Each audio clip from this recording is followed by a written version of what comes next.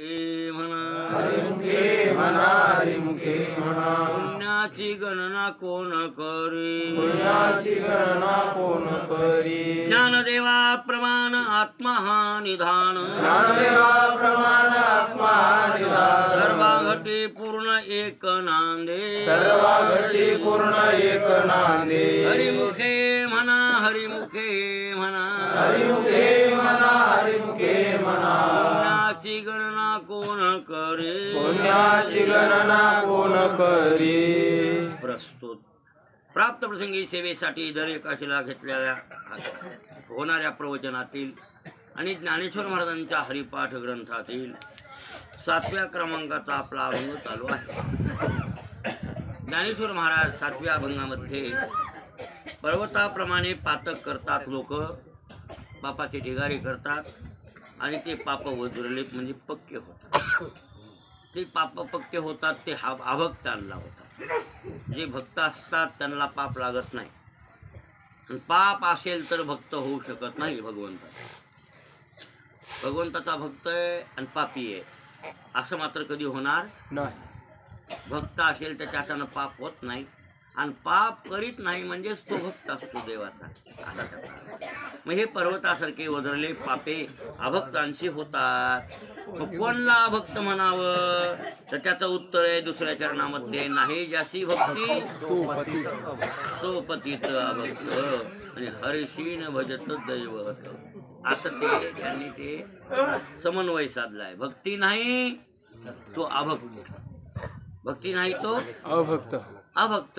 ह्याच्यात काय उत्तर, काय उत्तर याच्यामध्ये? नाही ज्याची भक्ती तो पतित आणि अभक्त. भगवंताची भक्ती नाही तोच पतित आहे आणि तोच अभक्त आहे. आणि हरीला भजत नाही तो दैवहत आहे. दैवहत म्हणजे करंट्या कपाळाचा आहे, भिन्न सगी आहे.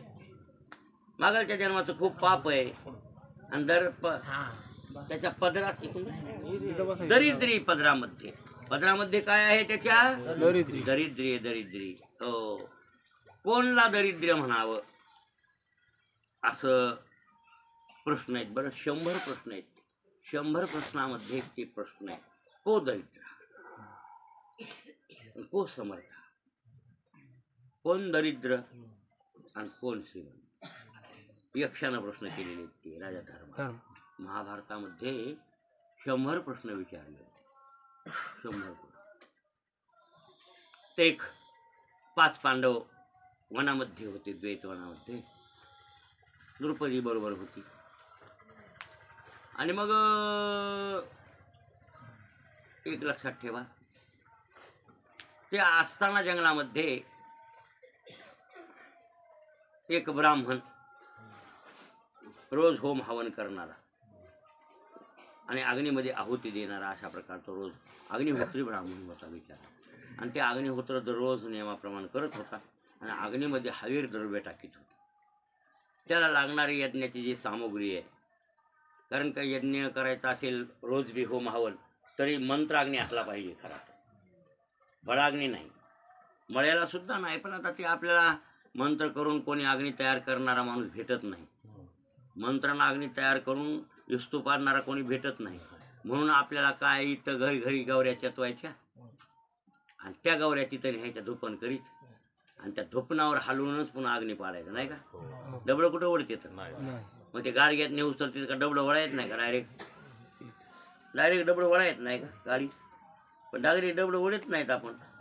इथं इस्तू करतो आणि इथं इथे हार केलेल्या गवऱ्याचा मधात टाकतो मडक्यात. ते मडकं गाडगं धरतात शिकाई त्याच्यामध्ये शिकाईमध्ये आणि मग ते तिथं नेतात आणि त्याच्यातला इस्तू त्या पुराट्यावर वसनकड्यावर वगैरे धरून असं वाऱ्यानं हलवून आणि मग ते अग्नी तयार करतात आणि मळ्याला लावतात. का आपल्याला मंत्रज्ञ कोणी भेटत नाही. नाही तर वास्तविक आपल्या अंत्ययात्रेला शेवाला अग्नी देण्यासाठी दहन करण्यासाठी मंत्राग्नी सांगितलं आहे शास्त्रात. कोणता अग्नी? मंत्राग्नी पाहिजे बरं का मड्याला. आता मंत्राग्नी येत नाही तर मग भडा अग्नी ते असा ते मडक्यात न्यायचं त्याला हलवून इस्तू तयार करायचा. पण मंत्रानंच अग्नी त्याला काय गोष्ट यज्ञाचा एक प्रकारचा ते सुद्धा यज्ञ. हे आपलं हे शरीर आहे, हे शरीर हे प्रेत आणि ते अग्निभूताला अर्पण करणं त्या अग्नी जळवून टाकते या शरीराला. एक प्रकारचा यज्ञ आहे. म्हणून त्याला मंथन करायला लाकडं त्याची पाहिजे. खैऱ्याचं लाकूड, खैऱ्याचं लाकूड एक नंबर आहे बरं. यज्ञाचं लाकूड येते, यज्ञाच्या आरणीचं लाकूड येते. यज्ञाला ज्या आरणी म्हणतात, आरणी नाम घासायचे लाकडं. ते 2 काष्ट असतात, ते असे तयार केलेले, ते असे घासायचे आणि त्याच्यावर मंत्र म्हणायचे आणि मंत्र म्हणून त्याच्यातून इस्तू तयार करायचा आणि त्या इस्त्यानं पुन्हा यज्ञ करायचा. मग यज्ञालाही मंत्राग्नी आहे, प्रेताला सुद्धा मंत्राग्नी आहे. पण काय हे मंत्राग्नी आणि ते अग्निहोत्र करणारा ब्राह्मण बिचारा नेमावाला, तर तो आपले अग्निहोत्र त्यानं त्या लिंबाच्या झाडाला आड केली. लगीला वगैरे वेस बसला होता तो.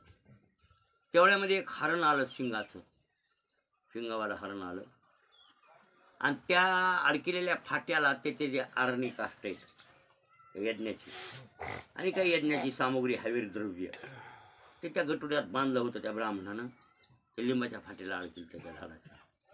त्या हरणानं असं शिंगानं उचकिलं आणि ते गटुडं अडकेलं शिंगाला. त्याच्या आरणी काष्ट आणि हवीर द्रव्य हरण घेऊन पळालं. ते ब्राह्मण मागे लागला. आता हरण गवसत आहे काय ते, तेवढे हानीत चाललं होतं ते हरण. त्याच्यानं राजा धर्माकडे आला. ब्राह्मण म्हणला, वा काय करावं म्हणला राजा धर्मा, आहे माझ्या यज्ञाची आरणे आणि काष्ट, पुन्हा त्यात म्हणले पुन्हा हवीर द्रव्य काय होतं म्हणले.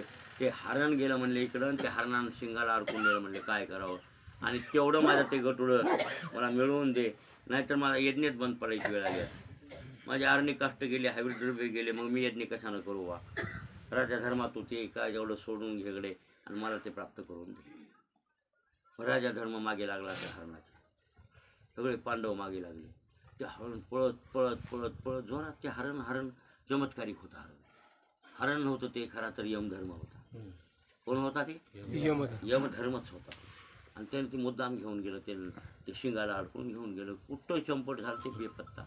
मागं 5 पांडव पळाले, खूप शोधलं, पण हरणाचा काही वेळ लागला नाही. पण ऊन खूप होतं आणि पळून हुडकून ते जंगलामध्ये ताण लागले. या पांडवायला, धर्माला खूप ताण लागले. धर्मराजा म्हणू लागला, काय करावं, ताण लागले. आता हरण तर पुढे गेले.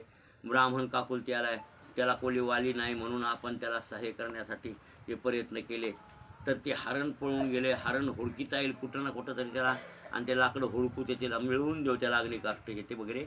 पण भानगड ही आहे, तूर पाणी त्या वाटायला तहान लागली आणि पाणी काय कुठं दिसेना. मग काय करावं, एका झाडावर चढायला लावलं नकोळाला. झाडावर चढ बरं म्हणले आणि वृक्षावर चढून बहुताल कुठं पाणी दिसतंय का ते पाहाय बरं. असं उंच झाडावर उंचून दिसतंय ना, ते उंचून गेल्यावर दिसलं ते एक तळ तिकडं लांब. त्याच्यातलं पाणी चमकू लागलं. ते खाली उतरला. त्यानं सांगितलं, या दिशेला एक तलाव आहे, त्या तलावामध्ये पाणी आहे राजा, आणि ते पाणी मी आणतो. नकुल गेला विचार, चरवी घेऊन पाणी आहे त्या तळ्यात. ती गेला तिथं एक यक्ष होता. यक्ष नाम हेच यमधर्मच होता, यक्षाच्या रूपानं. आणि ते यक्ष म्हणला, ऐ कोण पाणी पेत आहे माझ्या तळ्याला? मी प्रश्न विचारील, त्याचे उत्तर सही दे, तेव्हा पाणी पे. आणि जर तुला उत्तर येत नसतील तर मरशील. पाणी प्यायचं नाही उत्तर न येता. ह्यानं तसंच बळच पाणी पिलं. कशाचे उत्तर त्याची ह्याला येते. त्यानं पाणी पिलं. पाणी प्यायला हात लावला, पाणी प्यायला ते मरून पडलं. ते नकुल मेला. आणि नकुल गेला पाणी आणायला. म्हणले अर्धा घंटा झाला. काय तळ तरी किती लांब आहे म्हणले बाबा इथं. जाय बरं म्हणले सहदेवा, तू जाय बरं, बघ बरं कुठे गेला नकुल, काय पत्ता त्याचा नाही. पाणी बी तिकडत, नकुल बी तिकडत. सहदेव गेले. सहदेवाची तीच स्थिती झाली. सहदेवाला त्या यक्षानं ती पाणी प्यायचं असलं तर प्रश्नाचे उत्तर दे, नाही तर पाण्याला हात लावू नको. बघितलं तर भाऊ मरून पडलाय, कोण बोलतं हे काही कळायला मार्ग नाही. पाण्याला हात लावला, स्पर्श केला की ते मेला. सहदेव एकापाठी एक भीमदादा, अर्जुन वगैरे हे 4 भाऊ मरून पडले. ही अशी स्थिती सगळ्यांची झाली. सगळे प्रेत होत आणि प्रेतच झाले तिथं ते. शेवटी राजा धर्म स्वतःच विचार करू लागला, वाय 4 भाऊ गेले, अर्जुनासारखा शूरवीर गेला तर तिकडंच काय मिळेल ते काही कळायला मार्ग नाही. म्हणून धर्म गेले. त्यानंतर धर्मानंही जाऊन तिथं 4 भाऊ मरून पडले. कोणी? एकाला एक चेतना नाही. माझे भाऊ मेले कोणी, मारले कोणी, कसे काय मेले, कुठं काय याला घाव लागला नाही, तलवार लागली नाही, काही नाही, भाऊ कुठे मरून पडले असं वाटलं धर्माला. घाबरला आणि तर तोडतो पाणी तर प्याव असं वाटलं. मग पाण्याला हात लावायला गेला. तिकडून प्रश्न आला, पाण्याला हात लावायचा नाही. जर पाण्याला हात लावला माझे प्रश्नाचे उत्तर न देता तर त्या तुझ्या भावाची गत झाली, ती गत होऊन बसल. राजा धर्मानं विचारलं, कोण बोलतंय? आपण प्रगट व्हावं. तुम्ही नर आहेत की यक्ष आहेत की मानव आहेत की दानव आहेत, कोण आहेत का देव आहेत? मला उत्तर द्या. मी यक्ष आहे म्हणले. माझे काही प्रश्न आहेत म्हणले, त्या प्रश्नाचे उत्तर तू सही असले तर देता येत असले तर, आणि ते उत्तर दिलेस तर तुझा फायदा होईल. आणि जर बिना उत्तराचं पाणी पिशील तर त्या भावासारखी गती होईल. सांगा म्हणले काय प्रश्न आहेत ते. मग त्यांनी 100 प्रश्न विचारले. किती? 100 प्रश्न विचारले. त्यामध्ये 100 प्रश्न, तर ते 100चे उत्तर 100 दिले. कोणी? धर्मराजानं. बुद्धिमान होता धर्मराज, बुद्धिमान होता. 100चे उत्तर 100 दिले. त्यातला एक प्रश्न आहे, को दरिद्र. दरिद्र हा, तो कोण दरिद्री आहे, कोण दरिद्री असा प्रश्न विचारला. तर राजा धर्मानं उत्तर दिलं, मनुष्य जन्माला येऊन भगवंताची भक्ती करीत नाही त्याच्यासारखा भिकारी कोणीच नाही, दरिद्री कोणीच नाही. असं उत्तर आहे कोणाचं? धर्मराजाचं. 100ला 100 उत्तर मिळाले त्या यक्षाला. आणि मग यक्ष म्हणू लागला धर्मराजाला, माझे उत्तर बरोबर दिले, सही दिले, मी तुझ्यावर प्रसन्न नाही गड्या. आता सांग, तुझा 4 भावापैकी कोणता भाऊ उठवायचा आहे ते सांग. पहिला कोणता भाऊ उठवायचा आहे? राजा धर्म म्हणला, हरकत नाही म्हणला, आमच्या नकुलाला उठवा. म्हणला नकुलाला जेवण टाका, नकुलाला जेवण टाका. का रे म्हणले, बाबा तुझा सख्खा भाऊ अर्जुन आहे आणि सख्खा भाऊ भीम आहे. हे तुझे सावत्र भाऊ आहेत ना, नकुल सहदेव. बाप एक असला तरी माय 2 आहेत ना, ते मादरीचे आहेत. तुम्ही कोणतीचे 3 जण आहेत. मग तुमचा सख्खा भाऊ उठवायचा सोडून देऊन सावत्र भावाला उठवा म्हणायला, यात काय हेतू तुझा?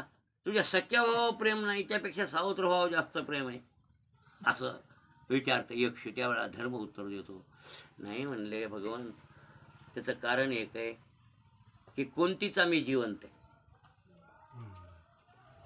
आणि तो मादरीचा एक जिवंत असावा. त्यापेक्षा कोणतीचे 2 मेले तर हरकत नाही, हे 2. पण मादरीचा एक जिवंत असला म्हणजे तिला आनंद वाटेल. कोणला?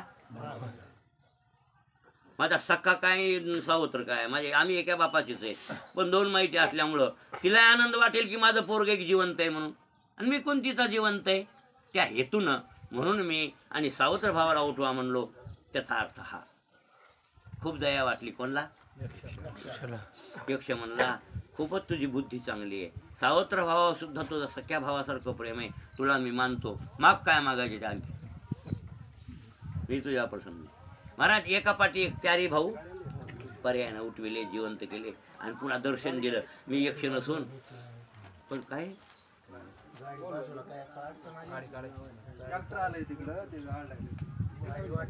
कोणती गाडी वाटत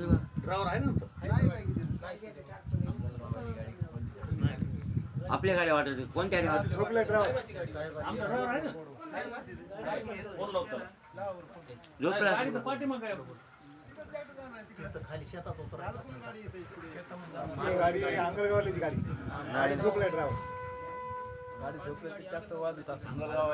ड्रायव्हर मध्येच आहे.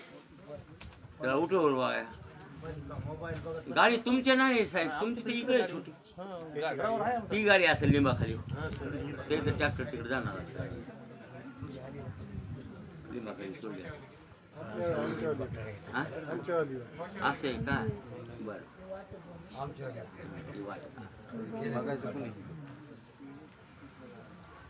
ते पर्यायानं सगळे भाऊ जिवंत केले.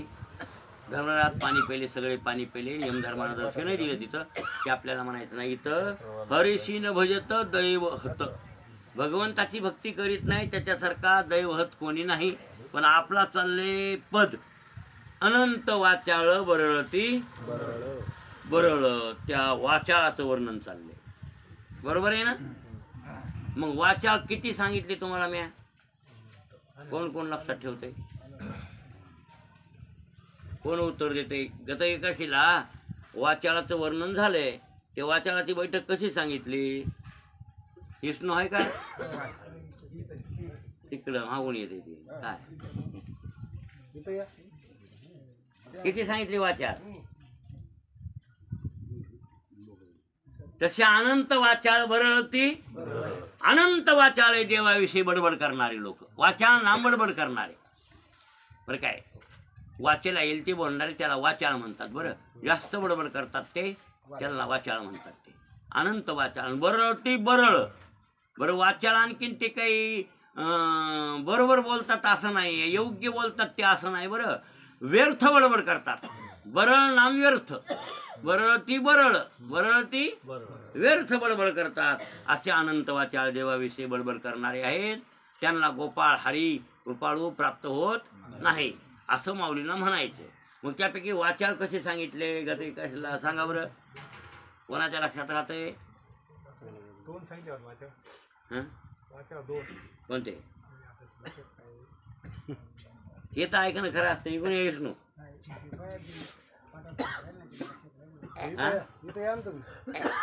नाही, लक्षात ठेवलं पाहिजे तरच मग काय उपयोग आहे. मानी काय करे काय सांगितलं? आव काय भले अरे आस्तिक वाचाळ एक आणि नास्तिक वाचाळ. एक नास्तिक वाचाळ, आस्तिक वाचाळ. नास्तिक वाचाळ किती आहेत? 6. असं म्हणलं होतं की नाही? नास्तिक वाचाळ किती आहेत? कोणते कोणते? माध्यमिक, योगाचर, स्वतांत्रिक, वैभाषिक, चारवाक. हा, हे जमलं. हे 6 नास्तिक आहे. मग नास्तिकाचं मत तुम्हाला सांगितलं होतं गत एकादशीला. काय म्हणतात ते? देहखंडा नाम आत्मा, पाशा नाम प्रतिमा, या वेगळी प्रमा ढळून येणे. ज्ञानेश्वर महाराज त्यांचं वर्णन ज्ञानेश्वरीत करतातच नाही त्या वाचाळात. हो, तुकाराम महाराज म्हणले जीवाची देव भोजने भक्ती मरण हेची मुक्ती पाषांडेसी. असं गते कशाला खूप त्याचं वर्णन केलंय. हे नास्तिक आहे. कुठला देव आहे? कह नरक हा आणि कह स्वर्ग हा. कुठं नरक आहे कुठं स्वर्ग आहे ते आम्हाला मान्य. जे दिसत नाही ते आम्हाला मान्य, दिसतंय त्याला आम्ही खरं मानू. हो, आणि देहाची उपलब्धी चैतन्याला ज्यावेळेला होते त्याच वेळेला आणि सक्रिय होते, म्हणून आम्ही या देहालाच देव म्हणतो. म्हणजे देहाच्या संबंधात आलेला जीव हाही आमचा देव. चेतनाला आम्ही मानतोच नाही असं मानित नाहीत असं नाही. चेतनाला नास्तिक मानतात चेतनाला, पण जडयुक्त चेतन किंवा चेतन विशिष्ट जड, लक्षात आलं की नाही? असं जे जड आहे त्या जडाला मानतात. नुसतं चेतन कुठं आहे ते दिसलं का आम्हाला कवा नाही. मग उपलब्धी देहाचे आलं आणि देहाच्या उपलब्धीत आल्याच्या नंतर मग ते सक्रिय झालं, मग तितक्यालाच आम्ही मानतो, त्यालाच म्हणतो आम्ही देव आहे आमचा. संपलं. आम्हाला दिसतंय तेवढं सत्य, दिसत नाही ते सत्य नाही, आणि दिसत नाही त्याला आम्ही मानित नाही. याच्याबद्दल खूप खूप गत एकाला वर्णन केले का नाही केलं? हां, चक्षुर्वय सत्य, डोळ्याला दिसतंय ते खरं, त्याला प्रत्यक्ष प्रमाण म्हणतात. कोणतं प्रमाण? हो, अनुमान, उपमान, अनुपलब्धी, अर्थापत्ती, प्रत्यक्ष शब्द, असे जे काही 6 प्रमाण आहेत त्यापैकी प्रत्यक्ष प्रमाण त्या 4 वाकाला मान्य, अन्य प्रमाण मान्य नाही. असं 4 वाकाची मजल खूप खूप गेलेली. तुम्हाला काय सांगितलं ना की चोरीचं धन आहे काय कोणाचं काय हाताला कोड फुटला करा चोऱ्या काय होत नाही. कोण म्हणते? काही म्हणते ते 4 वाक काही म्हणते. फक्त येणं केलं प्रकारे ना, आचार हो का अनाचार हो ते आम्हाला घेणं देणं नाही. चांगल्या पद्धतीने जगता येते का मिटली गोष्ट, असं मत आहे कोणाचं? हे नास्तिक लोक मग तेच ते त्याच्या वंशात जन्मलेले नाही. कोणाची धुरी फोड, कोणाचं काय कर, अत्याचार कर, कोणाच्या शेतात आवतं घाल, त्याचा विचार करीत नाही की मेल्यावर आपल्याला यम ठोकील आणि पाप आहे. आतताईपणा आहे, दुसऱ्याच्या शेतात आवतं घालणं आतताईपणा आहे. आतताईपणाचे प्रकार सांगितले शास्त्रामध्ये. भागवतामध्ये आतताई कोणाला म्हणावं ते ह्याच्याहून निघालेले, कशाहून? त्या तुमचा द्रोणाचार्याचा पुत्र नाही का अश्वत्थामा, झोपेतली माणसं मारली. झोपेतले माणसं मारल्यामुळं ते आतताई ब्राह्मण आहे म्हणले कृष्ण परमात्मा. कसा ब्राह्मण आहे? अतताई. अतताई ब्राह्मण आहे म्हणले. अशा ब्राह्मणाला जीव मारलं तरी हरकत, त्याला पाप लागत नाही म्हणले, अजिबात नाही. ब्राह्मण मारून हे खरं आहे, पण आतताई ब्राह्मण असेल तर मारायला हरकत नाही. आतताई तो ब्राह्मण आहे, त्यानं किती अन्याय केला त्या ब्राह्मणानं, याला मारून टाका असं कृष्ण परमात्मा म्हणले होते देव. पण ते त्याला वाचविलं सोडा. ते चिरंजीवही होता अश्वत्थामा. पण देवानं तिथं आतताई सांगितलं की दुसऱ्याच्या शेतात आऊत घालणारा, दुसऱ्याचा धोरा करून आऊत घालणारा, फोडणारा, आऊत घालणारा बळच कोण झाला आहे? आग लावणारा, शेतात लोकांचं काही वळ्या फुकून दे, घर फुकून दे असा माणूस आगावकार करणारा कोण झाला? हे आतताई. आतताईचेच हे प्रकार आहेत बरं. की असे आतताई माणसं जे करू नये ते करणारे जे माणसं आहेत, तर त्यापैकी नास्तिक. नास्तिक काही बोंबलं तर आणि ते म्हणतं येणं केलं प्रकारेनं सध्या चांगलं आहे का हे एवढंच बघा, पुढचा विचार करायचा नाही, मेल्याच्यानंतर काय होईल आणि काय नाही ते काहीच नाही आम्हाला मान्य तसलं, असं ते म्हणतंय. कोण? कशाचे कर्मफळ ईश्वर कोण भोगतान, कोण भोगायला लावणारा आणि कोण काय खबर आहे त्याच्या त्याला मान्य नाही असं म्हणते ते. हे वाचाळे बरं काय? कोण? चारवाक वाचाळे. ते आपल्याला तोंडाला येईल ती बडबड करते म्हणून तर म्हणले ते काय, किंवा नास्तिका देवाया तोंड तर वेदाचे गाडे ते देखोनी पाखंड आणायचे, पाषांड्याने पाठी पूर्वीला दुमाला. तुकाराम महाराज म्हणले गाथ्यामध्ये, पाषांड्याने पाठी पूर्वीला दुमाला. आमची पाठ धरून मागं लागले म्हणले. कोण? पाषांडी. असे पाषांडी लोक आहेत किंवा काय. आणि अशा पाषांड्याला व्यर्थ बडबड करणाऱ्याला आणि त्या कैशेनी गोपाळ पावे हरी, त्यांना भगवान परमात्मा कसा मिळेल त्या नास्तिकवाद्यांना. आता ते ठीक आहे, ते आस्तिक नाही नास्तिक वाचाळ आहेत. पण आस्तिक वाचाळ सांगितले तुम्हाला ईश्वर प्रत्यक्ष मानणारे नाहीत. प्रत्यक्ष ईश्वराला ती मानित नाहीत. मग मानतात कशाला? कर्माला. आस्तिक आहेत ते बरं, आस्तिक आहेत. त्यांना वेद प्रमाण आहे ना. ह्या नास्तिकांना वेद प्रमाण नाही. वेदामध्ये सांगितलंय ते हे चार वाकाधिक ऐकत नाही. वेद काही म्हणते ईश्वरन कुठं ते काय असं काही आम्हाला मान्य नाही ते असे म्हणतात ते. पण हे तसं नाही. जैमिनी महाराज वेदाला मानतात आणि वेदातल्या कर्मकांडाला मानतात. ज्ञानकांड उपासनाकांड एवढं स्थिती मानत नाहीत ते, पण खरं मानतात ते. कोणतं कांड? कर्मकांड. वेदातलं कर्मकांड मानतात, त्या भागाला मानतात ते, म्हणजे वेदाला मानतात. वेदाला मानतात म्हणून आस्तिक वाचाळ आहेत. नास्तिक वाचाळ नाही बरं, आस्तिक वाचाळ आहेत. मग आस्तिक वाचाळ आहेत पण ते म्हणतात काय की आम्ही चांगलं कर्म करावं आणि आम्हाला चांगलं फळ मिळतं. हे त्याचं म्हणणं बरोबर आहे की वाईट आहे? बरोबर आहे. खरं बोलायचं, खोटं बोलणं झालं. पण ते कर्मफल दाता ईश्वर कोणीतरी आहे ते आम्हाला मान्य नाही. आमचं कर्म आम्हाला फल देते, आम्ही कर्माला जपावं आणि कर्माची सेवा करावी, किंवा कर्मेची शुभ जावा. ज्ञानेश्वरी दुसऱ्या अध्यायामध्ये कर्मेची शुभ जावा, कर्मानंच ईश्वराची सेवा करा. किंवा स्वकर्म कुसुमाची वीरा आणि पूजा केली होय अपारा तो त्याने ते देवानं सांगितलंय. किंवा माझी पूजा स्वधर्म कर्मानं होते अर्जुना. स्वधर्म कर्माच्या फुलाची माळ कळावी आणि माझ्या गळ्यात घालावी, माझी ईश्वराची पूजा होऊ शकते. आणि अशा अन्वयाला धरून ते ईश्वर मानित नाही बरं काय. साक्षात ईश्वराचा अंगीकार त्या तुमच्या जैमिनी महाराजांनी म्हणजे पूर्वमीमांसाकारांनी केला नाही. साक्षात ईश्वराचा अंगीकार नाही. मग त्यांना आपण जर प्रश्न विचारला तुमचं कर्म तुम्हाला फल देत आहे म्हणतात, तर कर्म जड आहे आणि जड कर्म फल कसं देईल?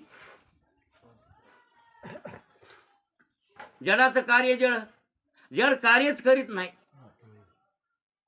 जड कार्य करीत नाही. आणि जर एखाद्या जडापासून काही कार्य होत असेल जर तर जडाचं कार्य जड. पृथ्वीपासून झाड उगवतं आणि त्याच्यामध्ये लाकूड तयार होतं. हे कशापासून तयार झालं? आंब्याचं झाड. हे पाला, हे कोड, मुळा, हे सगळं तयार झालं. एक बी होतं. त्या बियामध्ये सूक्ष्म तरु हे पूर्ण होता का नव्हता? एक एवढीशी कोळी आहे, त्या कोळीत हे पूर्ण आंबा होता की नाही? होता. होता म्हणून झाला. फक्त कशा रूपात होता? सूक्ष्म रूपामध्ये होता. त्याला पाण्याचा संसर्ग, जमिनीचा संसर्ग झाला, ते फुटलं, प्रगट झालं. बरोबर आहे? झाडामुळे बीज होय, हो. बीजमुळे झाड होय. झाडी सामावे. हो. अशाने कोडी एक जन्म जावे, पण जातीनं फरक काय आहे ना? आहे ओवी हे आहे ना. बरं जाऊ द्या. बीज मुद्रे आणतो ठोके तरू समजतो का वस्त्रपणातून तू तर शेर आहे. बीज मुद्रे आणतो ठोके तरू किंवा समस्त वटत्व जैसे बीज कणिके माझे असे आणि बीज कणू वसे वटी जीवी. हे वृक्ष बीज न्याय म्हणतात त्याला. कोणता न्याय? हजारो न्याय आले न्यायशास्त्रामध्ये, त्यातला हे वृक्ष बीज न्याय, चंद्रशाखा न्याय, वृक्ष बीज न्याय, अनेक प्रकारचे न्याय न्यायशास्त्रामध्ये आलेले आहेत. त्याचं नावच आहे न्यायशास्त्र. कोणतं शास्त्र? न्यायशास्त्र. मग मान्य करू आम्ही, पण पृथ्वी जड आहे, माती जड आहे की नाही? आणि त्या जड मातीपासून हे वृक्ष झाला. बरोबर आहे? मग ह्याचे जे खोड आहेत, पाले आहेत, हे ते सगळं हे मग हे जड आहे की नाही? मग कशाचा भाग आहे हे? हा? मधात जे रस आहे त्या पाण्यामध्ये, याच्यामध्ये रस आहे ना, रस आता पिळल्यावर कुचल्यावर मधात निघणार पाणी उठवून वेंदाल, ते पाण्याचा भाग आहे. पंचमभूताच आहे ना, पंचभौतिकच आहे ना ते. मग पृथ्वीपासून ते खोड वगैरे बरोबर काही दिवस तोडल्यावर लाकूड तसं ठेवल्यावर काही दिवसाला का आपण माती झाल्याशिवाय का ते कशापासून झालं? मग हे जड आहे माती आणि जड लाकूड तयार झालं. पण ते विशिष्ट चेतन होतं ना. मधात काय होतं? ते विशिष्ट चेतन होतं. म्हणून त्यानं काय की तसं कर्म निष्क्रिय जड आहे, ते काय कसं फल देईल तुम्हाला? असं जर आपण त्यांना विचारलं तर त्याचं उत्तर ते मिळते. तुम्हाला म्हणलं होतं मी गत एकाशला, आमचे शास्त्री महाराज असं उत्तर देत होते. 50 शास्त्री गुरु ते असं उत्तर द्यायचे, अरे आमचं कर्मफल आम्हाला फल देत आहे असं त्यांचं म्हणणं आहे. मग त्याच्यावर त्यांनी दृष्टांत दिला होता. ते म्हणले कर्म जड आहे, जड कर्म कुठं फल देत असते का? मग त्याला चेतन ईश्वर कोणीतरी आहे आणि त्या केलेल्या कर्माचं फल पापात्मक असेल पुण्यात्मक असेल ते चेतन ईश्वर तुम्हाला देतो. हे मान्य जरी असेल तरी ते तितकं पुरतं मान्य करत नाहीत. कोण? पूर्वमीमांसक. का करत नाही? त्याचं उत्तर ते एका मुनिमाचा आणि एका शिर्डीचा दृष्टांत दिला होता शास्त्री महाराजांनी त्या काळामध्ये 40 वर्षापूर्वी. किती? 40 वर्षापूर्वी. ह्याला 40 वर्ष होऊन गेले. हो. ते म्हणले एक मोठा सेठ कुठेतरी दिल्लीत राहतो आणि त्याचे कुठेही देशामध्ये कार्य चाललेले कंपन्या म्हणा, तो दिल्लीतच असतो. ते काही तिथून उठत नाही, बसत नाही, काय नाही, त्याच्यात घरी ते असतो. आणि त्यानं लावलेले हजारो मुनीम, पुण्याला वेगळे वेगळे, मुंबईला वेगळे, कुठं कलकत्त्याला वेगळे, जिकडं तिकडं मुनीम असतात ते त्यांचे खेळ मुनीम. आणि मग तिकडचा कारखाना ती पुण्यावालाच पाहतो, तिकडचा कलकत्त्यावालाच पाहतो. मालक असतो दिल्लीमध्ये, फक्त त्याला त्या लेखीच कळवायचं, लेखी किंवा फोनवर कळवायचं इथं असं चाललेलं दिसतं, ते त्याला कळवितो. मग इथली कंपनी चालविणारा जे चालक आहे कोण आहे? मुनीम. हातात मुनीमाची आहे का कंपनी मालकाची का मुनीमाची आहे? मालकाची. बरोबर आहे ना? मग इथला चालक कोण आहे? मुनीम आहे. मग मुनीम चालक आहे, मग इथल्या नौकरांना पगार कोण देतो? मुनीम देतो. मग ह्या इथल्या नौकरांना त्या दिल्लीतल्या मालकाची मर्जी सांभाळावं का इथल्या मुनीमाची सांभाळावं? हा. शास्त्री महाराज असं म्हणत होते, इथल्या मुनीमाची मर्जी सांभाळली इथला मुनीम बढती करतो. आज 10,000 पगार असली तर उद्या 15,000 करू शकतो. त्याच्या हातात आहे ते. कोणाच्या? मुनीमाची. चांगलं काम केलं, त्याची मर्जी सांभाळली की तो मुनीम बढती करतो. मग ते दिल्लीतला मालक कोण आहे? काय घेणं देणे आम्हाला? आमच्या खाल्ल्या नोकर आहे ना, दिल्लीतल्या मालकाची चौकशी कशाला करायची? असं म्हणणं म्हणले. कोणाचं? पूर्वमीमांसावाल्याचं. जयमिनी महाराजांचं म्हणणं असं आहे की आमचं कर्म आम्हाला फल देते. त्यासाठी शुभ कर्म करावं आणि शुभ कर्म केलं की शुभ फल मिळतंय. बरोबर आहे ना. आणि वाईट कर्म केलं तर वाईट फल मिळते. भला किया तो भला हो जाएगा आणि बुरा किया तो बरं. हे सिद्धांत वेदाला मान्य आहे की नाही? मान्य. मग जैमिनी महाराजांना मान्य आहे का? 100% मान्य आहे. मग कोण ईश्वर आहे फल जाता आम्हाला गरज? मग त्या आम्ही ईश्वराकडे जायची गरज नाही आणि त्याचं भजन उगाच टाळ वाजवीत बसायची गरज नाही. त्याच्या नावानं हात आमचं चांगलं कर्म करायचं काम आमचे आणि आम्ही चांगले कर्म करावे. आपोआप आम्हाला चांगलं फल मिळतंय. घेणं देणं नाही असं शिकवायला ते विचार. तर मला वाटतंय विषयी लोकांसाठी बरं आहे. काय पामराला विषय करण्यासाठी शुद्ध करण्यासाठी बरं आहे की नाही? पामर लोकांना जमिनी महाराजांचं ऐकाव की नाही ऐकाव? हा, नका भजनाला जाऊ, नका वारी पंढरीची करू, नका ज्ञान साधनेला जाऊ, विचारसागर नका ऐकू. चांगलं वागायचं शिका. मग चांगलं वागायचं शिकायचं जमिनीचं ऐका. जमिनी महाराज तसं म्हणतील तसं तुम्ही अवथाना पोट भरा. व्यवस्थित पित्र तिथे आली पित्र घाला. दिवाळी आली दिवाळी करा. मौज मजा पंचम आली पंचम करा. म्हणजे सण वार कोणता काय असेल विधी मार्ग ते कधी चुकू नका. आपापल्या विधी मार्गाने तुम्ही वागा. विधी मार्गाचं कधी म्हणजे हे करू नका. लग्न करायचं असेल तर विधीनं करा. कसं मोकार बायको करू नका. विधीनं व्यवस्थित ब्रह्मविवाह करा असं जैमिनीचं म्हणणं आहे. 4 वाक तसं म्हणत नाही. ते म्हणते कोणाची बायको कोणी केली तर काय होत नाही म्हणते. ते 4 वाक मूर्ख आहे. त्याचे तुम्ही नादी लागू नका. त्याचं ऐकूच नका कोणाचं. 4 वाकाचं ते सध्याचाच फक्त काल बरा आहे का हे तितकंच बघतंय. मग आपले लोक बरेच नसे तसेच ना. हा, आपले लोक तसे किती मला वाटतं 90% लोक तसेच आहेत. हा, अंदाधुंदी करणारे. सध्याचं बरं आहे का काहीच विचार मागचा पुरता त्या येळ पटायला नाही. काय परिणाम होईल, पुन्हा यम कसा ठोकील, कुठं पुरईल, कसं घालील, काय बरं किती बेजारी होईल आपली, हे काही त्याच्या डोसक्यात अक्कल नाही या मूर्खाच्या. बरोबर आहे की नाही? आज सध्या बरं आहे का धामधूम करून लोकांना ठोकून येणं केल्या प्रकारे पैसे कमविणे आणि आपलं चांगलं जीवन जगणे. लोकांच्या जीवावर इतकाच विचार ते करतात. पण त्यांना हे कळत नाही की दुसऱ्याला त्रास झाल्यानंतर ते पापाचे पैसे तुला कसे पचतील र. ते आज ना उद्या तुला त्रास दिल्याशिवाय राहणार नाही. हे त्या मूर्खाला कळतच नाही ना महाराज. नाही कळत. त्याच्या डोसक्यात विचारच ते नाही महाराज. बापाचा पैसा चांगला नाही बाबा असं कळत नाही. म्हणून 4 वाकाचं ऐकू नका. 4 वाकाचं ऐकल्यावर आपल्याला नरक भोगावं लागेल. हां, जमिनीचं ऐकल्यावर स्वर्ग मिळते. म्हणती संसारी जन्मिजे यज्ञाधिक कर्मे किजे मग स्वर्ग सुख भोगीजे. असा कोणी विचार केलाय? पूर्वमीमांसा निर्णय केला. असा कोणी निर्णय केला? पूर्वमीमांसा निर्णय केला. बरोबर आहे ना. मला वाटतंय परवाशी ती ओवी होऊन गेली काय आपली अहिंसा तत्व चालू आहे ना. अमानित्वमदं भित्व महिंसा शांतिरार्जवम आचार्य उपासनम शौचम स्थैर्य महात्मविनिग्रह आहे ना. त्यामध्ये अहिंसा तत्वाचं वर्णन करताना त्यांनी केली. यज्ञामध्ये हिंसा करायची बरं काय. आणि आम्ही अहिंसा करायलोच म्हणायचं. प्रजन्यष्टी यज्ञ करायचा. कोणता यज्ञ? त्या दिवशी होऊन गेलं. आणि त्या प्रजन्यष्टी यज्ञ करीत असताना तिथं पशुहिंसा करायची. पशु बोकडं मारायचे, यज्ञात आहुत्या द्यायच्या. म्हणून ते यज्ञ केल्यावर पाऊस पडतो. पाऊस पडल्यावर जीव सुखी होतात. म्हणजे मरायलेले जीव वाचतात.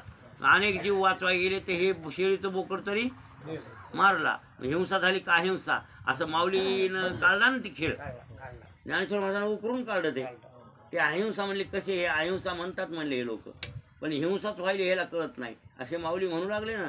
हो, म्हणजे हे पूर्वमीमांसा शास्त्राचा निर्णय असा त्यांनी निर्णय हे केलेला आहे. हो, मग मला वाटतं हे आस्तिक आहे ना. हे आस्तिक आहे. मग ईश्वर त्याला मान्य नाही. चांगलं कर्म करावं आणि जीवाचा जन्म किंवा जीवाला खायला प्यायला भोग भोगायला जे मिळतात कशाला मिळतात? कर्मानं. आणि ह्याला आपण मानतो की नाही आणि हे मानावं बी लागेल की नाही.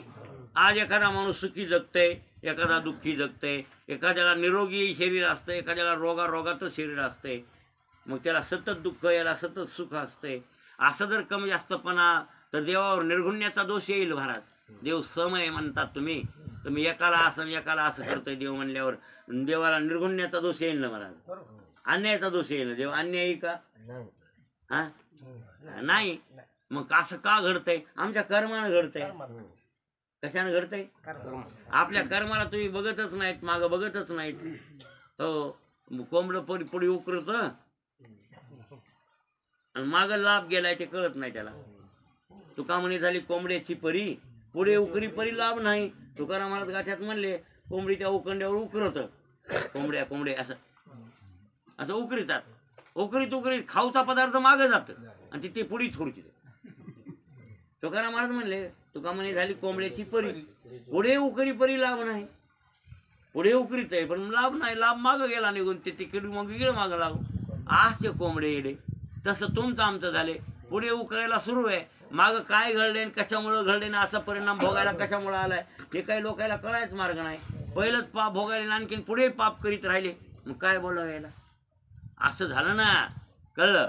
म्हणजे आपण ओळखावं. भोग जाणी जे केले पूर्वजन्मी, झाड जाणी जे फुले, मानस जाणी जे बोले, आणि भोग पाहिजे केले मागलच्या जन्माचं भोग उभा टाकलाय. हे ओळखून घ्यावं की न घ्यावं? राजा सुग्रीवाचं वाळीचं भांडण झालं. भांडण झालं म्हणजे रामाच्या हातावर आधी होत होते त्याचे भांडणं, पण सुग्रीव नादी लागना गेला. का? ते ऐकत नव्हता वाळी. वाळी संग झगडा केला की सुग्रीवाला दोघाला ताकद सारखी होती हो, पण त्याच्या गळ्यात कश्यप वर दत्तमाळा होती. तीच कोणी दिली होती? कोणाला दिली होती? वालीला. कोण म्हणलं? कोण रामायणाचार्य तिथं? हा, कोणाला दिली होती? मग इंद्राला कोण दिली ती? असं म्हणा. असं मला हे पाहिजे होतं. म्हणजे कश्यपानं डायरेक्ट वाळीला दिली नव्हती. वाळीचा कश्यपाचा पोरगा कोण आहे? इंद्र. आणि ती विजय दत्त वरदमाळा होती, कश्यप ऋषीने दिली होती इंद्राला प्रेमासाठी, पोरासाठी.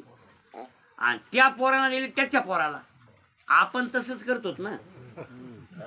आपण आपल्या पोराला जपतो, ते त्याच्या पोराला जपते. कसं? पहिल्यापासूनच आहे. आता मी शिवाजीरावला काय खायला देतो ते घरी पोराला नेऊन देतो. आता नाताला कसं करावं सांगा? पुढीच हात पुरत आहेत, मागं काही पुरत नाही बघायचे हात. आणि म्हणते बी माणसाचे हात पुढी पुरत आहेत का मागं पुरत आहेत? बरं मला बोलले गाय घेतली नाटक या फलतात ना तुला काय त्याला काय महाराज. हो, आयाला आता पाणी देणार, हे करणार, पुन्हा मेल्या 2-4 रोज रडल, पुन्हा जेवणार नाही बिचारा आजा वारल्यावर. इतकं प्रेम त्या नातून. महाराज गमतीची गोष्ट आहे. हो, हे त्याच्या पुढी प्रेम. आता त्या इंद्राला दिलती त्या कश्यपानं की त्याला व्रत्रासुराला याला कोणाच्या युद्धात मारताना विजय मिळावा माझ्या इंद्राला. आणि त्या इंद्राने दिली वाळीला, त्याचं पोरग ते आहे ना. आणि ती माळ त्याच्या गळ्यात असली की वाळी सुग्रीव झगडा करताना वाळी ऐकत नव्हता. का? ते माळेला बघेल कोणताही शत्रू त्याला परानमुख व्हावं लागत होतं. असं वरदान त्या माळेला होतं. म्हणून राजा सुग्रीवन वाळी समान बळी जरी असले तर वाळीमुळं बळी बळवान आहे, वाळी बळवान आहे. म्हणून सुग्रीवाला माघार घ्यावं लागत होती युद्ध करता करता, आणि मग पडावं लागत होतं. पडल्यावर 6 महिने अवसान येत नव्हतं. किती महिने? 6 महिने ताकदच येत नव्हती अंगात. इतका सुग्रीव निस्तेज होत होता. आणि सुग्रीव राहत होता कोण्या पर्वतावर? ऋष्यमुख पर्वत. मग ऋष्यमुख पर्वतावर का राहत होता? तिथं रामप्रभूने प्रश्न विचारले. ते त्यांचे 4 प्रधान आहे सुग्रीवाचे, नळ, नीळ, जामवंत आणि हनुमंत. मग हनुमानजीनं का मारलं नाही असे प्रश्न तिथं आहेतच की.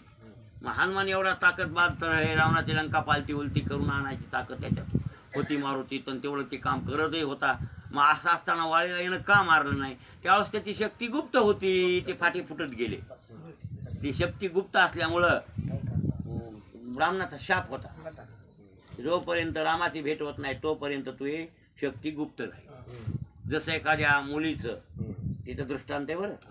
मुलीचं बरं काय लहानपणी कौमार अवस्थेमध्ये तिचं सौंदर्य मुसमुसपणा राहील, आणि तिला जवानपणा आला त्या मुलीला की तिच्या अंगातली जी काही शक्ती आहे कळलं का माधुर्याची, ती उघडी म्हणजे मुसमुशीत होईल.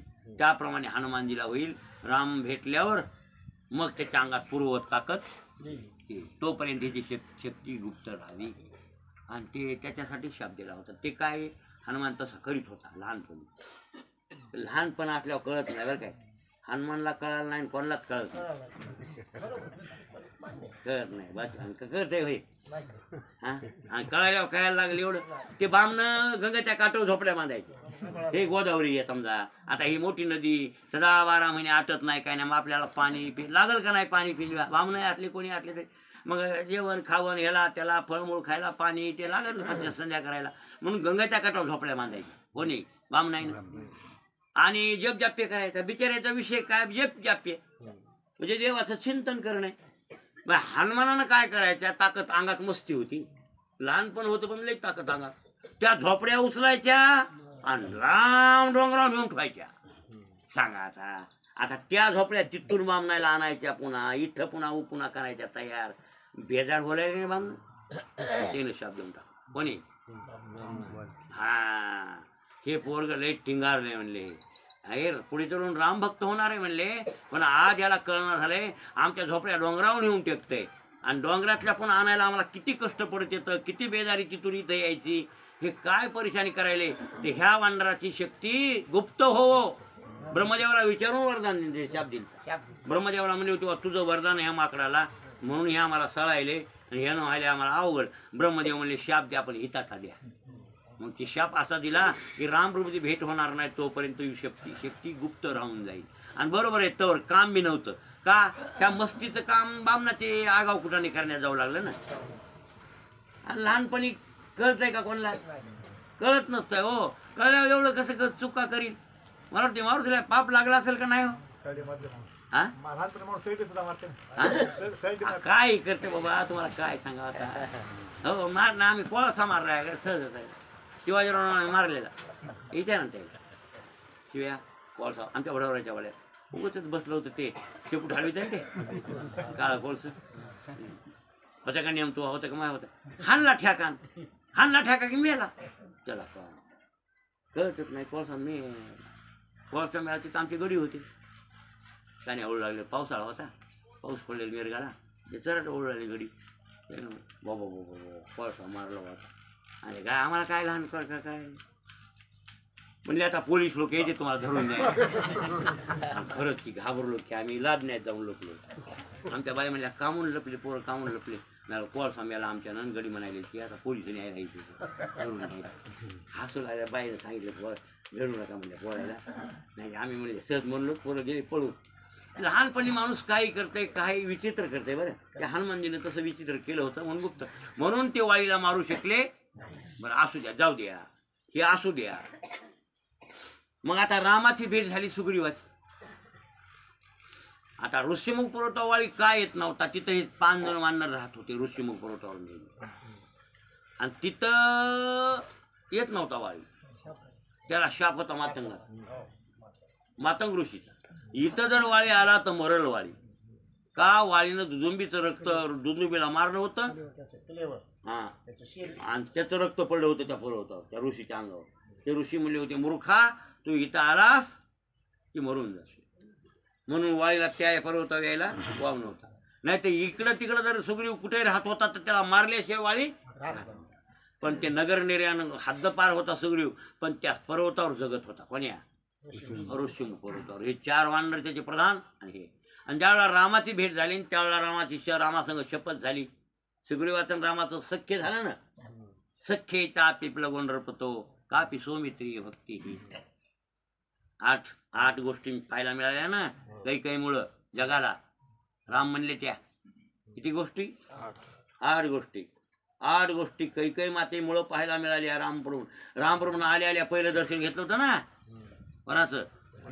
हा ना सीतेला जिंकून आल्यावर अयोध्येला आल्यावर पहिल्यानं आल्या हो नंदीग्रामामध्ये सगळे अयोध्या भेटायला आली. यावेळेला सगळे लहान थोर गोर गरीब सगळे आले. ब्राह्मण वगैरे क्षत्रिय सगळे वैश्य शूद्र वगैरे. पुन्हा ते गुरु वशिष्ठ गुरु महाराज. पण पहिल्या आल्या वशिष्ठाचं दर्शन घेतलं. म्हणजे शास्त्र आहे ना ते. वशिष्ठ कोण आहेत. शास्त्र आहे शास्त्र. हो म्हणजे शास्त्राचं दर्शन. आणि मग दुसरी वंदना करावी आईला. मग त्यापैकी खरा मान कोण थोरल्या कौसल्याला असावा. आणि जन्मदाती बी आहे, पण नाही, तिला दर्शन नाही घेतलं आधी तिघे मातेपैकी कैकेयीचं दर्शन पहिलं घेतलं, पुन्हा कौसल्येत आणि पुन्हा सुमित्रे. लोकांना विचारलं काय होय, बघा सखी माय जन्म देणारी कौसल्या, थोरली पुन्हा राजाची राणी, थोरली असून आणि पुन्हा धाकटी असून पुन्हा तिनं आणखीन वनाला पिठविलं रामाला, आणि त्या माईचं दर्शन राम घेतात. हे कसं काय? तिथं उत्तर दिले. बरं 8 गोष्टी हिच्यामुळं पाहायला मिळाल्या जगाला. म्हणजे कोणामुळं? हा, त्यापैकी तात स्नेहो भरत महिमा पौरुषम वायुसून, हा सख्येच्या पिपलगुणपतो कापि शोभिते भक्ती, सीता सत्वम निजभूज फलम वैरिनाम वैरी भावा एतत् सर्वम तव चरणेवर मातरेश प्रसाद. कोणाचा प्रसाद हे पायाचा? कोणत्या कोणत्या गोष्टी जगाला पाहायला मिळाल्या? 8. तात स्नेहो. काय? तात स्नेहो म्हणजे बापाची माया रामावर किती होती जगाला कळाली की राम वनवासाला की बाप मेला. असा कोणता बाप आहे पोरग वनवासाला गेल्यावर मरणार? अहो पोरग मेलं तरी मरत नाहीत. हा काय म्हणणं, दुसऱ्याची भाकरी खाली आणि इकडं पोळकत येतं लय आमचं थोडं करतं सवरतं पोरग मेलं म्हणून रडत येतं. बरोबर आहे ना? आणि रडत येतं घरी येऊन तुकडा मरत येतं कोणी? बर, त्याची माय सखी मेली नाही ना. राम वनाला गेला, कौसल्या मेली का? नाही मेली, जगली नाही. मी तिला आठ्याक पिट्याक काही नाही आला, आणि ह्याला आठ्याक आला म्हणला. याचा अर्थ सगळ्यात रामावर प्रेम कोणात जास्त होतं? सिद्ध झालंय, सिद्ध झालं. तात स्नेह. माझ्या बापाची मायावर किती माया होती हे जगाला कोणामुळे कळाली? तात स्नेह भरत महिमा. सांगा, लक्ष्मणला भोग प्रतिकूल गेलेत, जंगलात गेलाय, त्याला बायको जवळ नाही, राज्य जवळ नाही, त्यानं त्यागलं. पण इथं भरताला अनुकूल भोग आहेत. 15 किलोमीटरच नंदीग्राम आहे. तुम्ही बघितलं असेल की नंदीग्राम आणि अयोध्येचं अंतरच किती हो? सोनपेठ इतकं, नरवडे इतकं जवळ अंतर आहे. आणि एवढे अंतर जवळ असून सुद्धा राज्याचा भोग घेतला का? नाही. बायकोला बायको म्हणला का 14 वर्ष? नाही. वलकल नेसले, झाडाचे फळं खाल्ले. रामानं जसं व्रत स्वीकारलंय तसंच व्रत कोणी केलं? भरतानं केलं. मग त्या भरताच्या महात्म्य जगाला कोणामुळे कळालं? म्हणून भरत महिमा. तात स्नेहो भरत महिमा. आणि पौरुषम वायुसून हो. वायुसून नाम वायूचा पुत्र, सून नाम पुत्र वाऱ्याचा मुलगा हनुमान. हनुमंतरायाचा महिमा किंवा महात्म्य प्रताप जगाला कळाला. मारुती किती ताकदबाज आहे की रावणाची दाढी जाळी, हनुमंत महाबळी रावणाची दाढी जाळी. अशी शक्ती मारुती ते ती कोणामुळं कळाली?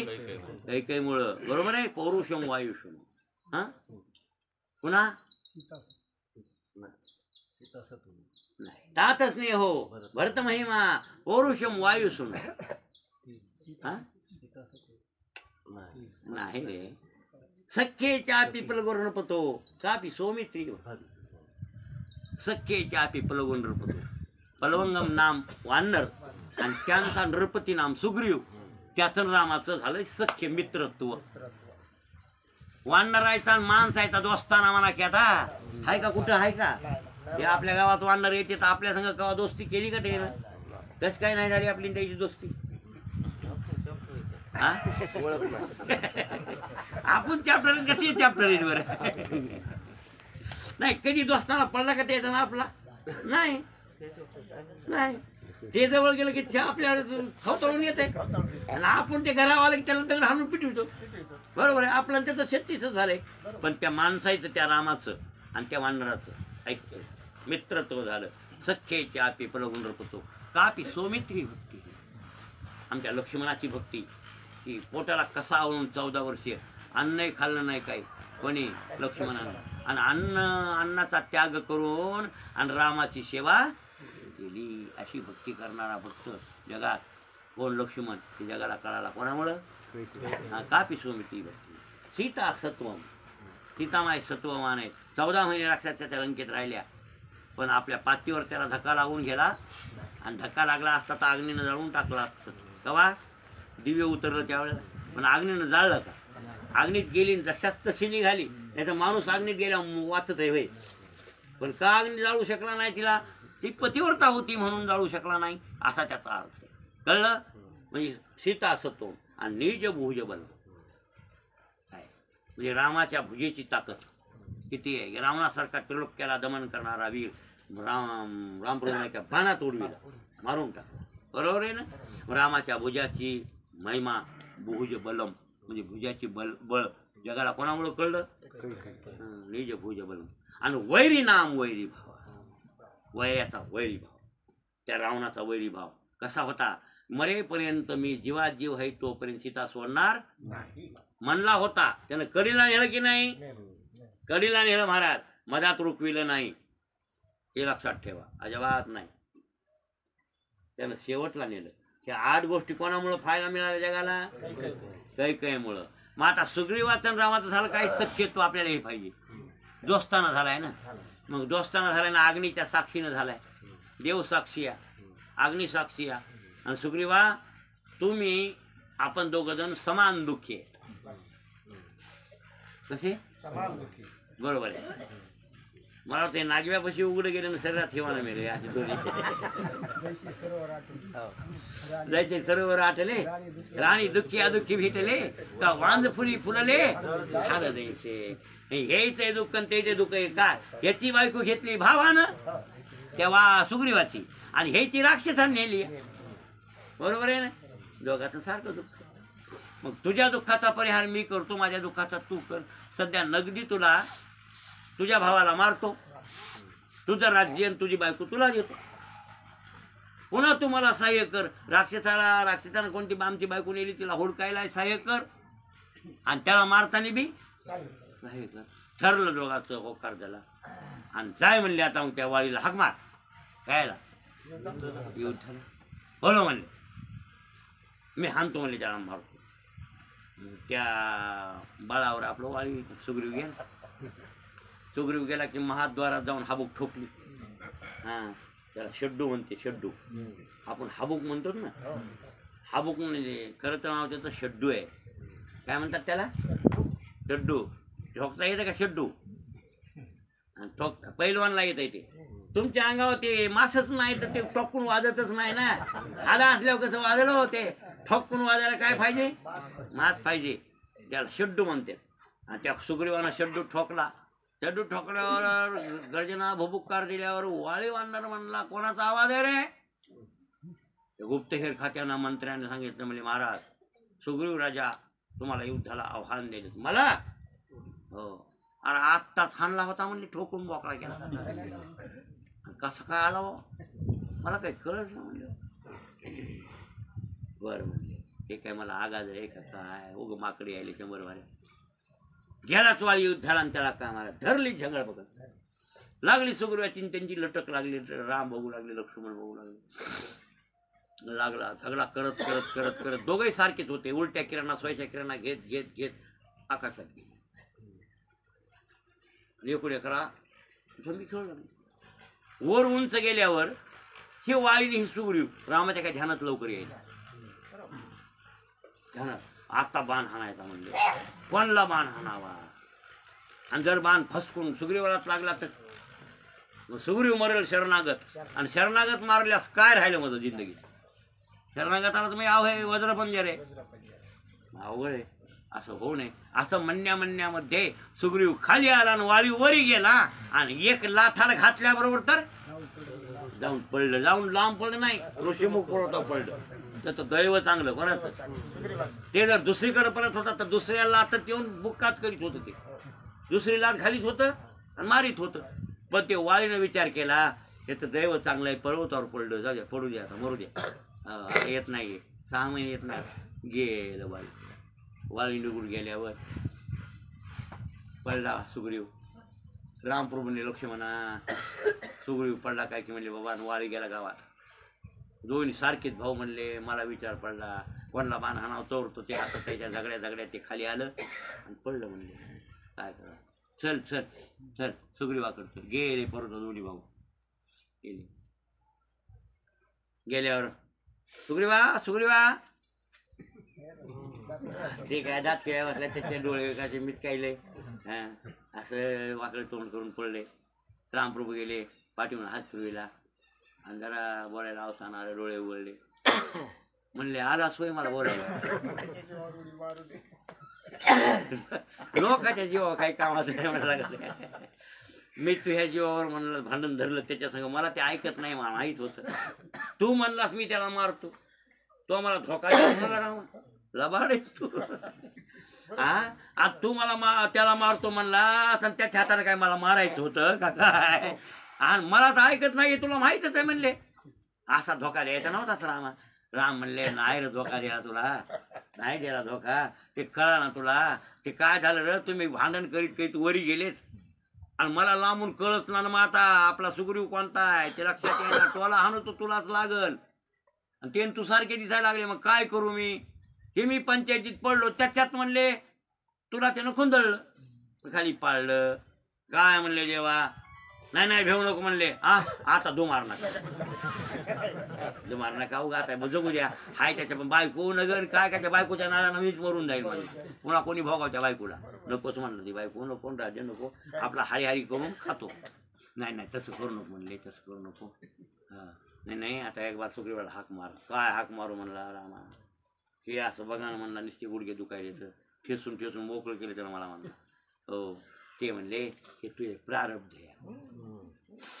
काय म्हणला हे? म्हणला का नाही तिथं? नाही म्हणला का नाही सांगा. राम सखा घालता तरी एक बार खुंदळायचं प्रारब्ध शिल्लक होतं आणि ते भोगलं का नाही सुग्रीवानं? मग ईश्वर फळ जात आहे का कर्म फळ जात आहे? कोणी फळ दिलं?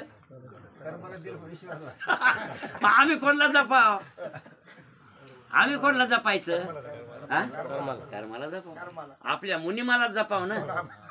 कुठला ते दिल्लीतला सीट आपल्याला काय माहिती? काय गरज नाही त्या दिल्लीतल्या शेताला हुडकीत बसू नका. उग तुम्ही आपल्या मुनिमजीला सांभाळा, त्याला सांभाळून आपलं काम करा. मस्त बढती होती, या पगार मिळती, चांगल्या पद्धतीने जगता येते, कुठाने नका करू. असं शिकवायला जैमिनी तर जैमिनीचं चुकलं का काही बोलण्यात? चांगलं आहे हो, चित्तशुद्धी करण्यासाठी लई चांगलं. त्याचं ऐकल्यावर तुमचं डोसकं साफ झाल्याशिवाय मी हे असं विचारितो तुम्ही शास्त्री महाराजांना. मग याच्यावरच आम्ही ह्याच्यावर बसू नये म्हणजे पुढे जायचा प्रयत्न करावा. ही का किती म्हणजे हे कर्मकांड आहे का? ही काय प्राथमिक शाळा आहे म्हणजे.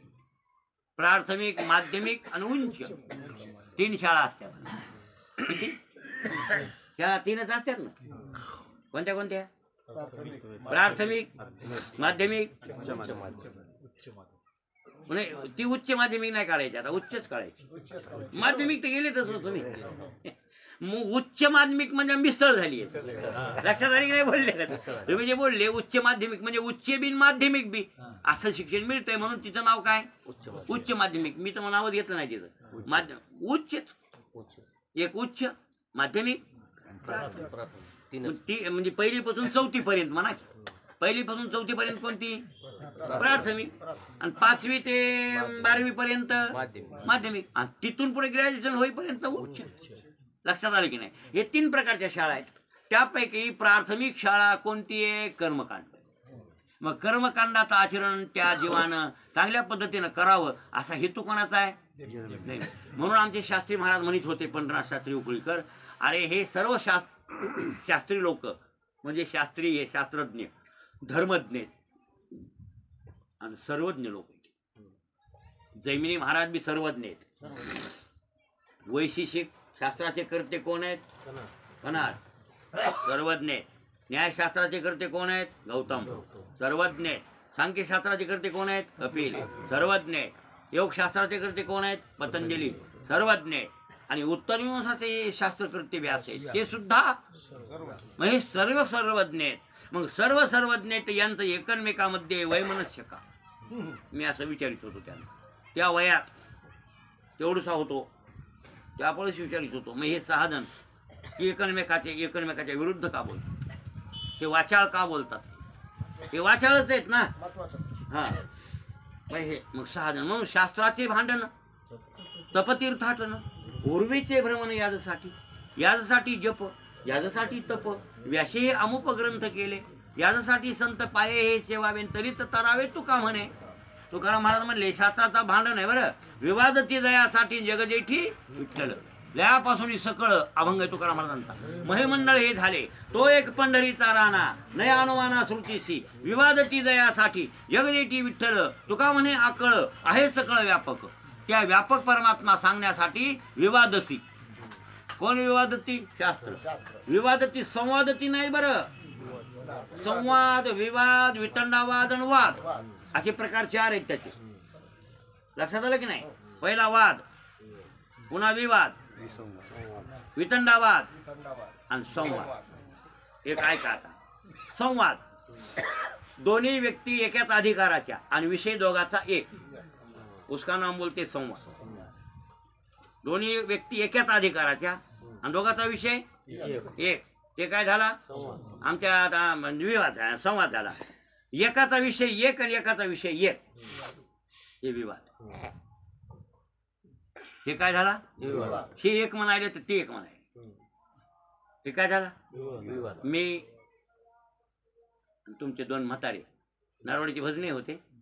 मावळ्या पस्तूर गाडी जात होती, तिथून त्या गंगेतून सांगलीला कीर्तन होतं रात्रच्या, आणि झापड पडता, आणि तिथून कीर्तनला गाडी त्या गंगेतून जात नाही ना हे जीप, म्हणून अलीकडे सोडली.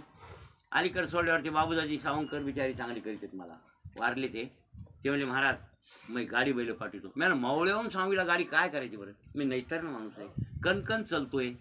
हां, वाळूतून पाण्यातून इतक्या उडगा इतकं पाणी काय तेवढं, एवढं इतकं पाण्यातून गेली चालतो मी. नाही नाही नाही म्हणले वा गाडी. ते 2 म्हातारी काय म्हणले, हे इथले काळू बाळू ते म्हणले बा तुम्ही असंच करता, येऊ द्या गाडी, आमचे गुडघे दुखायले, तुम्हाला येळ आल्यावर कळलं. मला म्हणते तुमचेच दुखावे गुडघे माझ्या देखत, असं म्हातारे काळं म्हणत होतं मला. त्याचा शाप लागला का काय की दुखायले ती फायदे होतं बघायला. कोण मला म्हणत होतं तुमचे गुडघे दुखलेले मयावणी वाकडे होऊन कोबडत चाललेले मी बघावं. म्हणजे तुम्हाला एवढं आयुष्य द्यावं देवानं, बघण्यासाठी आयुष्य द्यायचं. मी एवढं पुण्य नाही, मग बघायला तुम्ही राहत नाहीत. बरोबर आहे. मेलं. मग ती म्हातारी म्हणली येऊ द्या गाडी. मला येऊ द्या. गेली गाडी धावून दे, बसलो गाडी, चालली गाडी गंगेतून. गंगेत गाडी भरमदाना निमित्त गेल्यावर माझ्या उगाच लक्षात आलं काय वाळू म्हणलो. वाळू जरा होती हो, काय गंगाला वाळू म्हणलो. आपल्या बापूजीला म्हणलो पांडुळ्याला, बापूजी काय गंगेत वाळू किती फुलं असेल. तर ते काय म्हणले म्हातारे बापूजी, ते म्हणला गंगा म्हणतेच बाबा अर्धा किलोमीटर तरी तास असेल. काय म्हणाले? अर्धा किलोमीटर तास असेल. हे काळं म्हाताऱ्याने लगेच पकडलं. उत्तर ह्याला म्हणतात. हे प्रश्न बरोबर आहे, पण हे उत्तर कसं दिलं बघा म्हणजे आमच्या बापूच्या डोसक्यात न यायला जाते. बापूजीचा ख्याल नव्हता त्या माझ्या वरण्यावर. ते दुसरंच उत्तर देऊन बसले. बापूजी म्हणले कमळ हसायले. रामकिशन महाराज म्हणले. ते म्हणले महाराजाला विचारा कमळ हसायले. महाराज कमळ हसायले महाराज. मी म्हणलं तुम्हाला मी विचारलंय वाळू किती खोल आहे, तर तुम्ही गंगेची रुंदी सांगितली. सांगायचे तुम्ही. हे काय झालं आपल्या दोघांचा विवाद. काय झालं? हे विवाद. हे मी एक बोलतोय, ते म्हणता एक बोलतो, त्याला विवाद म्हणतात. संवाद म्हणजे दोन्ही व्यक्ती एका अधिकाराच्या आणि विषय. आता हे पण एकाच विषयासाठी हे म्हणतंय माझं आणि ते म्हणतंय माझं खरं, त्याला म्हणतात वाद. आणि काही कारण नसताना भांडण करणे ते बी तंडावाद. अर्थार्थी काही संबंध उभा असे वादाचे प्रकार आहेत बरं काय. त्यापैकी शास्त्राचं विवाद आहे. शास्त्राचं काय आहे ते विवाद आहे. एकाचं मत एक, एकाचं मत एक. हे 6 जण वेगळे वेगळे बोलतात. एकच खरं बोलतंय ते व्यास. व्यास खरे बोलते तर, पण बाकीचे सगळे विवाद होतात. पण ते आमचे शास्त्रकार म्हणले हे विवाद करतात ना हे 6 जण 5 जण दुसरे हे कोलेत म्हणले. हे कोण आहेत? कोलेत. आणि एकच म्हणले आमचं शास्त्र आहे वेदांचं शास्त्र सिंह. सिंहाची गर्जना ऐकली की कोले गपचीप बसल्याशिवाय राहत नाहीत म्हणले. हे असं म्हणणं आलं. मग हे सर्व शास्त्रज्ञ सर्वज्ञ जर आहेत मग असे विवादतात का असा मी प्रश्न विचारला होता 15 शास्त्रीने. तर ते म्हणले हनुमान कसं बोलतो तू? अरे जमिनी महाराज सर्वज्ञ पण त्याचा विवाद हे खरं आहे, पण त्याचा विवाद प्राथमिक पोरासाठी बरोबर शाळा आहे की नाही ती कर्मकांडी. त्या पामर लोकायला कशा येणं केनं प्रकारे ना कर्मात आणणं विषयी करणं म्हणजे वेद सांगेल त्याप्रमाणे वागायला लावणं हे त्याचा हेतू आहे. चांगला हेतू आहे की नाही विचारायचा. पोरग शाळेतच जात नाही, मोकार हिंडत आहे. त्या मोकार पोराला येणं केनं प्रकारेनं खाऊच काही लालूच दाखवून, भाताची खाऊची कायाची बिस्किट पुड्याची लालूच दाखवून शाळेत धाडणं कर्तव्य की नाही. मग चांगलं काम आहे का वाईट काम आहे. चांगलं काम आहे. उपकार आहे कोणाचा. जैमिनी महाराजांचा. जरी विवाद असेल तर असू द्या ना, पण आमच्या प्राथमिक पोरासाठी चांगले. बर पतंजली महाराज म्हणते असा पाय करा तसा पाय करा, काय नादी लागू नका तुम्ही कोणाच्या. मग ऐका काय त्याला प्राणायाम म्हणते तो. हा या नाकानं सोडा, त्या नाकानं हा ते तुम्हाला काय सांगा बार काही. त्याला म्हणतात रेचक पूरक कुंभक. हा नवीन नवीन मनानं होते ते, पण नवीन नवीन नाक दाबायचं ते एका नाकपर्यंत सोडायचं एका नाकापर्यंत. आणि हे रेचक पूरक कुंभक इडा पिंगला सुसुमना योगशास्त्र आणि योगातूनच देवाची प्राप्ती असं म्हणता येते. कोण पतंजली महाराज. आता हे म्हणतात ते आणि असं म्हणतात, पण योगादेव तू कैवल्य नाही, ज्ञानादेव देव तू कैवल्य आहे. ज्ञानानंच कैवल्य मोक्ष मिळते, योगानं मिळत नाही. मग योग निरर्थक का नाही निरर्थक कामाचं त्याचं ऐका. कोणाचं जमिनी पतंजली काय का. अरे तुमचं शरीर आरोग्य राहील त्याचं ऐकल्यावर, त्याचं ऐकून वागल्यावर असं टंगडं करा तसं टंगडं करा, असं झोपा, त्याला शीर्षासन करा, बरं काय कपालभाती करा. या अशा प्रकारचे सगळे जे योगाचे प्रकार आहेत हे जर तुम्ही त्याचं ऐकून करू लागलेत तर तुमचं शरीर काय राहील. सुखी राहील, आरोग्यवान राहील. आणि मग आरोग्यवान राहणं गरजेचं आहे की परमार्थ प्राप्तीसाठी. तुमचं आरोग्य नसेल तर तुम्ही आदर्शाची प्राप्ती कराल कशी. लंगड्या खोळ्याला परमार्थ होतो काय. हा हे शरीराचं दुखायले कणानं कणा आणि तिकडंच लक्ष लागलंय कायाकडे दुखण्याकडे. आणि आता राम राम म्हणा. काय राम राम म्हणा. नको जाऊ देऊ भंगा हा गात्रे माझे पांढरे. वा वा वा वा. तुका म्हणे अंगी आणि शक्ती देई नाचे. भजनात उडी हाणायला, चार धाम करायला, आता हिमालयावर पाया पडायला जायला, केदारनाथाला आमची ताकद आहे का आता. हा मग हे सगळं दर्शन हे करायला, देवाचे भजन करायला, पंढरपूरच्या वारीत पायानं चालायला काय लागल अंगात. ताकद लागल, धडधाकड शरीर लागल. मग हे शरीर सुदृढ राहण्यासाठी ऐकाव का नाही पतंजली महाराजांचं. हा ऐका बरोबर आहे. नका मिळू द्या मोक्ष, आदर्श लांब राहिला. इथं आरोग्याकडे बघा जरा. आणि बरोबर आहे ते दुकान करू माणसाला ते येतात लोक इकून तिकून. बरं आहे का आता बरं वाटायले का. हो बरं वाटायले. ते तर त्याच्याकडे तंद्री लागलेली. आता तुम्ही काय करा उगत आता हरी हरी म्हणीत जा. आता हरी हरी आता हरी काय म्हणते ते धड होत तेव्हा म्हणलं नाही. आता काय हरी आता पडल्या आणि पडल्यावर लक्ष कुंकड लागले त्याचं. त्या दुखण्याकडे लागले सगळं सारखं ठणकायले. त्या ठणकाण्याकडे गेले की मा येऊन बाबू आता रामकृष्ण येत आहे त्याच्या तोंडाला. आणि काय आला तरी काय लक्ष लागतंय का. म्हणजे याचा अर्थ शरीर सुदृढ राहण्यासाठी ते शास्त्र आहे. कोणतं योगशास्त्र. त्या पतंजली महाराजांचा आपल्यावर उपकार आहे. म्हणून विवाद जरी असला तर त्याचं ऐकायला हरकत नाही. पण त्याच्याच म्हणण्याप्रमाणे जर तुम्ही त्याच्यावर राहताल तर ईश्वराची तया कायचा गोपाळ पावे त्यांना गोपाळ हरी प्राप्त कायम होता आलाय. बरं काय कायम म्हणजे हरी प्राप्त होऊ शकत नाही. म्हणजे मोक्ष मिळत असा त्याचा अर्थ आहे. तया कायचा गोपाळ पावेल हरी. हे वाचाळच आहेत बरं काय. ही योगी बी वाचाळच आहेत, वैशिषिक बी वाचाळच आहेत, सांख्य बी वाचाळच आहेत. आणि त्याप्रमाणे पूर्वमीमांसक बी हे सगळे वाचाळ लोक आहेत. हो एकाच्याच नादी लागा. कोणाच्या व्यास ऋषींची. हा जगन मिथ्य ब्रह्म सत्य जीव ब्रह्म हे वा नापरा. हा हे शास्त्र आहे त्यांचं. आणि असं म्हणणार बरं काय. हा किती तुम्ही कोट्यवधी ग्रंथाचा आवड मी एका शब्दात सांगतो, एका अर्ध्या श्लोकात सांगतो. काय अर्ध श्लोकेन प्रवक्ष्यामि ततत् ग्रंथ कोठीभिः जगन मिथ्य ब्रह्म सत्य जीव ब्रह्म हे नापरा. मी अर्ध्या श्लोकात सिद्धांत सांगतो. कोट्यावधी ग्रंथात जे सांगितलंय ते मी किती शब्दात सांगतो. अर्ध्या श्लोकात. काय हा श्लोकार्धेन प्रवक्ष्यामि. अर्ध्या श्लोकातून मी सांगतो. ततत् ग्रंथ कोठीभी. कोट्यावधी ग्रंथ धुंडळायची गरज नाही. मग काय म्हणणं आहे महाराज तुमचं अर्ध्या श्लोकात सांगा. जगन मिथ्य ब्रह्म सत्य आणि जीवो ब्रह्म हे माझं तुम्ही ऐका. जीव ब्रह्माहून वेगळा नाही आहे. मोक्ष आणि हे मोक्ष मिळणे म्हणजे गोपाळ पावे. मोक्ष मिळाला म्हणजे गोपाळ हरी पावला. आणि जोपर्यंत मोक्ष मिळत नाही तोपर्यंत त्या कैशेने गोपाळ मिळू शकत नाही, त्यांना हरी प्राप्त होत नाही. हे असे शास्त्र विवाद करायले, हे मी तुम्हाला सांगायला. आपलं सुग्रीवाचं तुम्हाला अर्ध्या सोडलं असं वाटेल. सुग्रीवाला रामप्रभूनं उत्तर काय दिलं होतं की तुझं हे प्रारब्ध आहे आणि प्रारब्ध शिल्लक होतं भोग भोगण्याचं, म्हणून गुडघे ठेसून घ्यावे लागले. आता उठ बापा. हे उठ ना गेलं, अवसाद नव्हतं ना. ह्या बोच्या अंगात कला आहे. वाटीवर हात फिरविला की त्याच्याहून दुप्पट चौपट अवसान दिलं की लगेच हाबूक ठोकली. आत्ता जातो म्हणला रामा, आता मात्र तुम्ही बघ बर काय. ते म्हणले बघतो बघतो, जाय जाय जाय जाय, पण थांब थांब थांब. का थांब? त्याच्या गळ्यात माळे म्हणले विजय वरदत्त, तुझ्या गळ्यात खून म्हणून बांधतो लक्ष्मणा, आणि फुलं वाहू दोऱ्यात, याच्या गळ्यात आपली माळ घाल.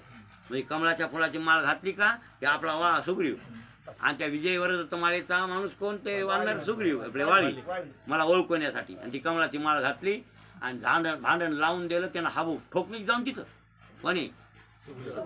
हाबू ठोकल्याबरोबर तर महाराज वाळी म्हणला, कोण आहे रे? ते म्हणजे सुग्रीव. सुग्रीव 6 महिने पडत होतं, कसं काय इतकं टिंगारी करायला कळत नव्हतं. ती ह्या इतका मार खाऊन ती आली बायको.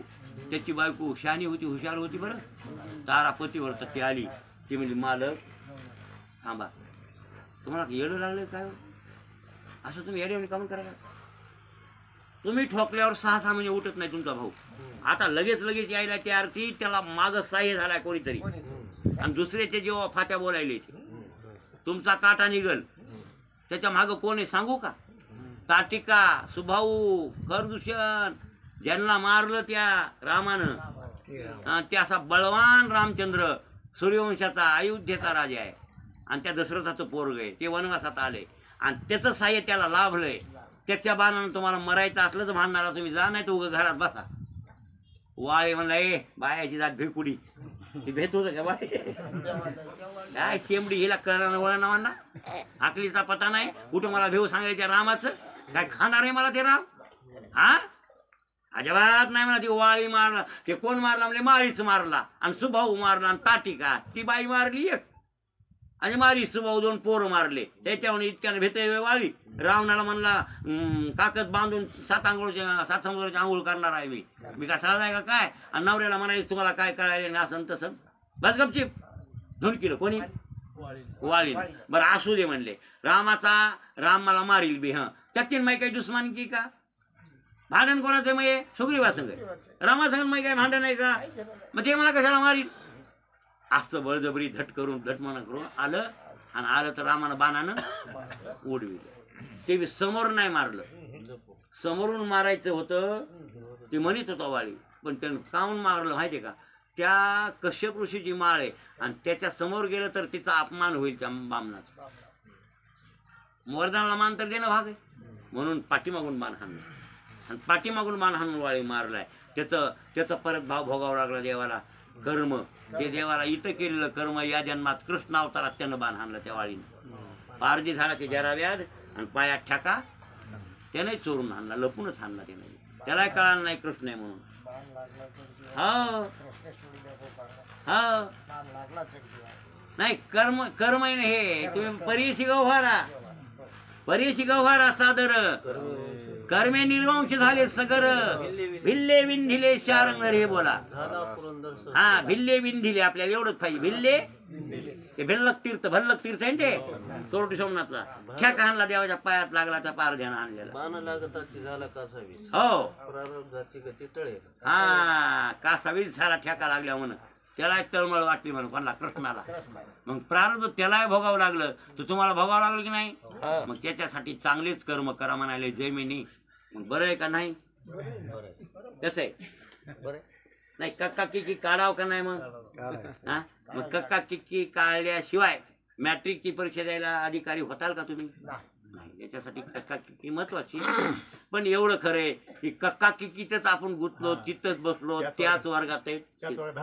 हा, मग ते मात्र आपलं तसं व्हायले. म्हणजे याचा अर्थ लक्षात आलं. बाकीचे शास्त्र आहेत ना, हे शास्त्र अनंत वाचाळापैकीच आहेत. हे आस्तिक वाचाळ आहेत, आणि ते 6 नास्तिक.